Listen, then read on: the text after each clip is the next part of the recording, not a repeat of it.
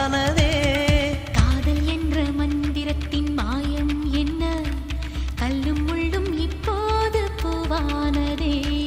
வானவில்லின் துண்டொன்று மண்ணில் வந்து யாருக்கும் சொல்லாமல் பெண்ணானதே.